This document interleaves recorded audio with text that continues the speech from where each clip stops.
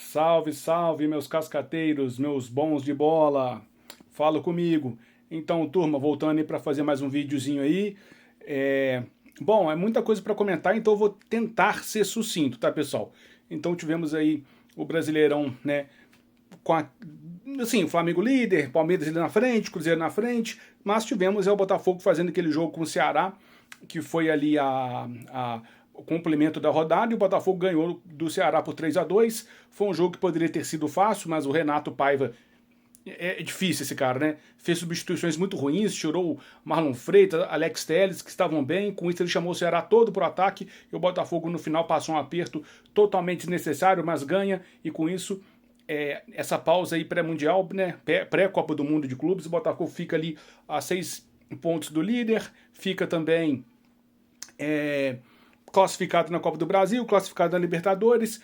Então, os objetivos do primeiro semestre foram cumpridos. Agora tem o Mundial, aí já foi feita uma janela, né? Vieram Montoro, vieram Caio Pantaleão, zagueiro, Montoro, meia lá, jovem, né? 18 anos do Vélez, veio o Arthur Cabral, que vai ser a reposição aí para a saída do Igor Jesus. Veio o Joaquim Correia, né? Atacante argentino que estava na Inter de Milão. E outras negociações aí, tem um japonês aí que não vou falar, só vou falar do japonês se ele vier mesmo, tá, pessoal? Porque depois do Honda nós temos um trauma com isso aí.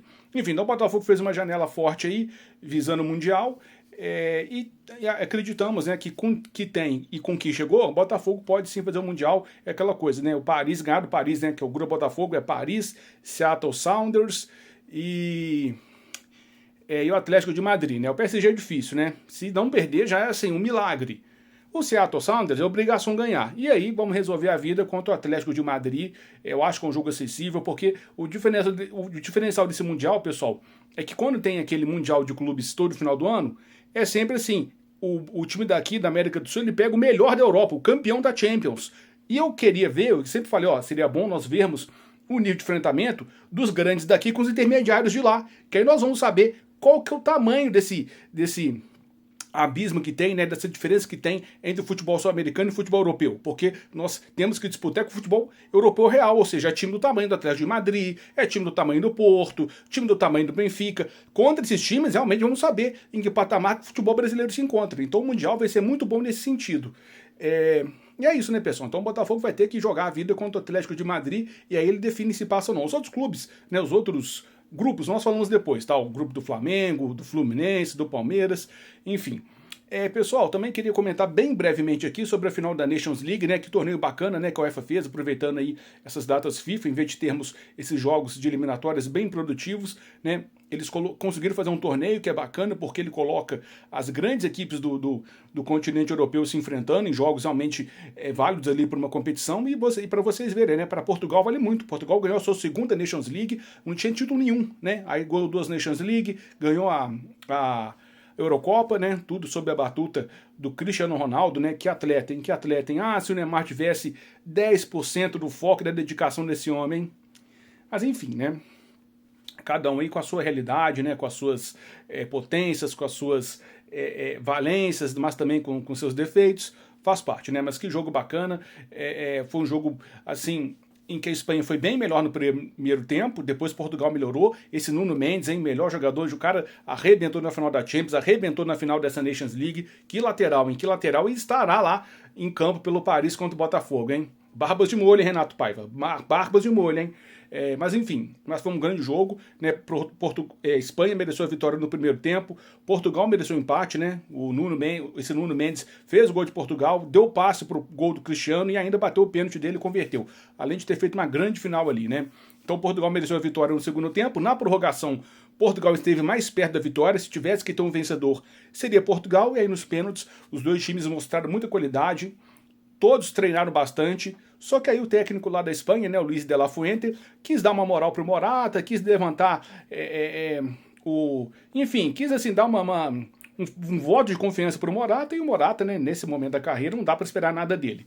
Bateu bem mal o pênalti, o goleiro português foi excelente, fez a defesa, e depois Portugal na quinta cobrança validou o título, muito merecido, e mostra aí, né, pessoal, que o Mundial vai ser uma surpresa, né, porque temos algumas seleções prontas, a Argentina está com a seleção pronta, A França tem uma seleção pronta, claro que pode estar sujeita aí àquele jogo lá da semifinal, né, da Nations League lá, que tomou de 5-4 da Espanha, né, sendo que em determinado momento o jogo estava 5-1.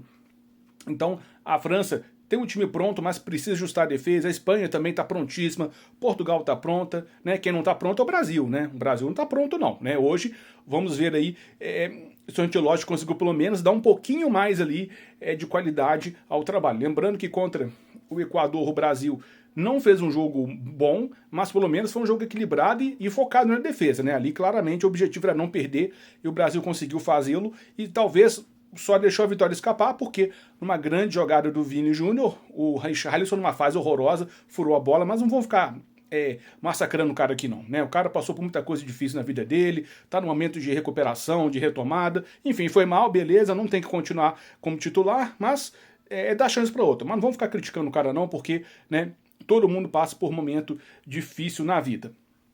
E sobre o jogo de hoje, né, pessoal? Acredita-se, né, que o Ancelotti vai colocar uma seleção mais ofensiva, mais ambiciosa, com o apoio da torcida e com um maior tempo de treinamento aí, já acreditamos que será um jogo ainda melhor do que aquele que assistimos contra o Equador.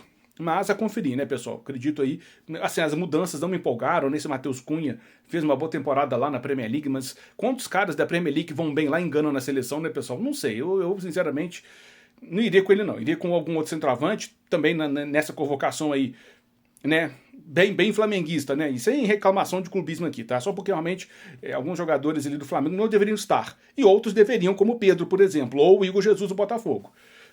Mas enfim, aí nós não sabemos assim, se tem outra opção também, que não seja o Matheus Cunha, mas esses caras, sinceramente, eles não me convencem. Matheus Cunha, Martinelli, eles jogam bem na Premier League, mas sai de lá os caras, enfim, não tem confiança neles, mas espero que hoje eles façam valer a confiança que o Ancelotti está dando, né? Que o Brasil faça um jogo melhor, lembrando que o Paraguai não perde a 9 jogos, então não é serviço dado, tem que respeitar e tem que levar a sério. E é isso, né? Daqui a pouquinho às 10 horas começa esse grande jogo aí, né? Esse jogo, né, que pro Brasil pode valer a vaga na Copa, mas muito mais do que a vaga, vai nos entregar, né, o que o Ancelotti pode entregar de diferente em relação ao que nós vimos aí com o Diniz, com o Dorival. Enfim, é isso, pessoal. Então vamos ficar de olho aí e depois, né, amanhã tem vídeo aí repercutindo o jogo e também para falarmos algumas coisas aí do Mundial, né? Mundial e assim, pessoal. Enfim, deixa para falar do Mundial depois, tá? Hoje é seleção, então é isso, né? Então boa sorte pro Brasil, boa sorte pro Ancelotti, que o Brasil consiga fazer um jogo, se não bom, mas pelo menos competitivo e que ele ganhe no Paraguai para carimbar a vaga aí na Copa do Mundo lá do México, Canadá e Estados Unidos, né? O Brasil vai estar nessa Copa e aí vamos ver, né, pessoal? Se o Neymar volta, se algum outro jogador aí de repente pode aparecer de novo, ou se algum outro jogador que ainda não entrou no radar da seleção, se de repente com o Ancelotti os caras possam ter uma chance.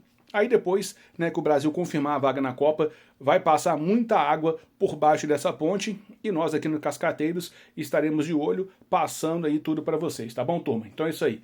Grande abraço, tudo de melhor e sigam o canal aí, tá, pessoal? No Instagram é Cascateiros FC, aqui no TikTok cascateiros.fc, no YouTube é só Cascateiros, né? youtube.com.br/cascateiros. É isso, então, pessoal. Então, obrigado por tudo aí, tá? Grande abraço e até amanhã, né? Que amanhã nós falamos aí sobre o resultado do Brasil e Paraguai hoje. Tá bom, turma? Então é isso aí. Valeu.